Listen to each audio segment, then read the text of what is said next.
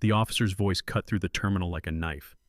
"Set the case down, slowly, and show me that badge again." Now, if you've ever been in a big airport late at night, you know the sound of the place. Rolling suitcases, flight announcements echoing off the ceiling, people half asleep trying to find their gate. It's chaos, but it's normal chaos. And right in the middle of that noise was me standing there with a hard black case in one hand, an injury wrapped around the other, and an airport cop staring at me like I had just tried to sneak a bomb through security. I remember thinking this is going to be a long night. I had already shown him the badge. Federal credentials, FBI, everything legit. Still, he said it again slower this time, like he was talking to someone who didn't understand English. "Show me the badge again." I let out a slow breath and reached into my jacket because at that point I could already tell the guy wasn't asking a question. He was trying to prove something. You know what I mean? Some people don't want answers. They want control. I handed the credentials over again. "Special Agent Marcus Bennett," I said. "Federal Bureau of Investigation."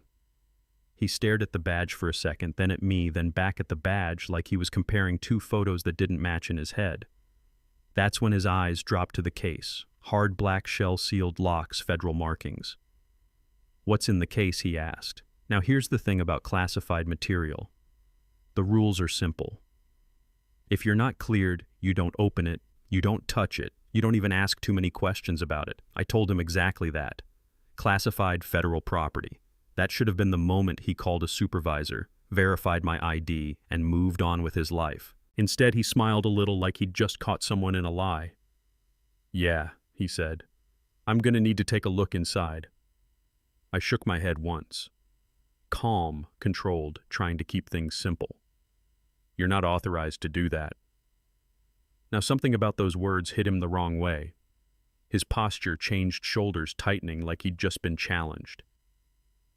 "You're in a public airport," he said. "If you're carrying something suspicious, I can inspect it." I told him again, still calm, still trying to keep this from turning into a circus.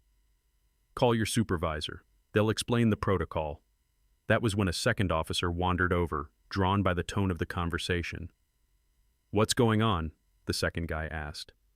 The first officer, his name was Carl Ritter, didn't take his eyes off me. "Guy says he's FBI," he said, like it was a joke. "Won't let me check the case." I answered before the other officer could even respond. "Because it's classified." Ritter leaned closer, and I could see that look some people get when they've already decided the truth doesn't matter. "You know what's funny?" he said. "People pretending to be federal agents usually say that." I remember blinking slowly at him, partly because I was exhausted, partly because I couldn't believe what I was hearing. "You're about 30 seconds away from a very bad decision," I told him. And yeah, that happened. He grabbed my injured arm so fast I didn't even have time to react. Pain shot up my shoulder like a lightning bolt. "Drop the case," he shouted. I didn't fight back, didn't shove him, didn't swing, didn't even try to pull away. But he twisted my arm behind my back and slammed me onto the airport floor anyway. People gasped. Someone yelled, "He's not resisting."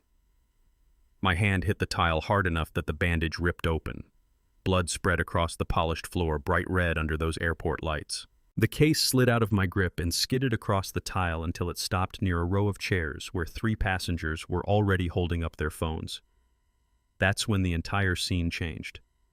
Because once people start filming, everything becomes evidence. Ritter shoved my hands behind my back and snapped the cuffs on. "Hands behind you," he barked like he was dealing with a criminal. I stayed still, breathing slow, trying to keep the situation from spiraling even further. "I told you," I said quietly. "I'm federal." He didn't care. Not yet. And then he said the sentence that would follow him for the rest of his career. "If you were really federal," he said loud enough for half the terminal to hear, "you wouldn't look like this." The whole area went silent for a second. One traveler actually said out loud, "Did he just say that?" "Yeah. That happened too." I closed my eyes for a moment, not because I was angry, but because I had seen this pattern before. Authority mixed with ego, ego mixed with assumptions, and suddenly someone with a badge thinks they get to decide who belongs in a role and who doesn't. A few minutes later, a supervisor pushed through the crowd, Sergeant Elena Cruz. She took one look at the scene. Blood on the floor, a man in cuffs, federal credentials lying nearby, a sealed case sitting unattended in a crowded airport, and her expression changed immediately. "What happened here?" she asked. Ritter started talking fast, something about suspicious behavior and refusing orders. She held up her hand and cut him off. Then she turned to me. "Sir, identify yourself." "Special Agent Marcus Bennett, FBI." She picked up the credentials, examined them carefully, then looked straight at Ritter. "When were these shown to you?" He hesitated. "Earlier." She inhaled slowly, then said 3 words that flipped the entire situation. "Take the cuffs off." Ritter tried to protest, but her voice got sharper. "Now." The cuffs came off. I pushed myself up from the floor, my hand still bleeding. She ordered another officer to secure the case without touching the locks. Then she looked back at me.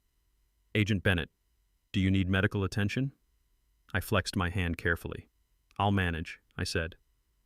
Then I added something that made her expression tighten. But this just became a federal problem. Within minutes, airport command arrived. Within 20 minutes, federal authorities were contacted. Within an hour, supervisors at the FBI already knew what had happened. And here's the thing. The facts were simple. I identified myself immediately. I presented credentials. I warned them about the classified material. Everything Ritter needed to avoid this situation had been right in front of him. But he ignored it. And once the passenger videos started hitting the internet, the story spread fast. One clip showed the takedown. Another showed the case sliding across the floor. A third captured the line that nobody in law enforcement should ever say out loud. "You wouldn't look like this." Investigators looked at the body cameras, the witness footage, the timestamps. Every piece told the same story. The stop wasn't a misunderstanding. It was a refusal to accept what was right in front of him. But the real twist came later when investigators started looking into Ritter's record. Complaints surfaced. Travelers describing aggressive stops. People saying he treated their IDs like they were fake. Internal emails mentioning pattern of unnecessary escalation. Nothing dramatic on its own, just small warning signs stacked over the years. And once you start stacking those signs, you see the pattern. Within weeks, the department made its decision. Ritter was terminated. The second officer was suspended. Internal Affairs reopened several old complaints. The airport police department quietly rewrote some of its procedures about credential verification and use of force in public spaces. As for me, I finished the classified transfer that same day. Yeah, even after everything that happened, the mission still mattered more than the confrontation. Later, someone asked me if I was angry about the whole situation. I told them the truth. The strange part, I said, is that officer probably believed he was protecting the airport. I paused for a second before finishing the thought. But the only real danger in that terminal was the moment he stopped listening. And that's the part people still argue about. Was it bias? Was it arrogance? Was it just a bad call that spiraled out of control? Because situations like that happen every day in small ways that never get recorded. Most of them never make the news. This one did. So now I'm curious what you think. If you had been standing there in that terminal watching the whole thing unfold, what would you have done? Would you have stepped in, started filming, or just kept walking? Like most travelers do when authority starts pushing too far? Let me know in the comments. And if you've ever witnessed something similar, a moment when power crossed the line and nobody expected it, share that story too. I read every comment, and trust me, those conversations matter more than people realize.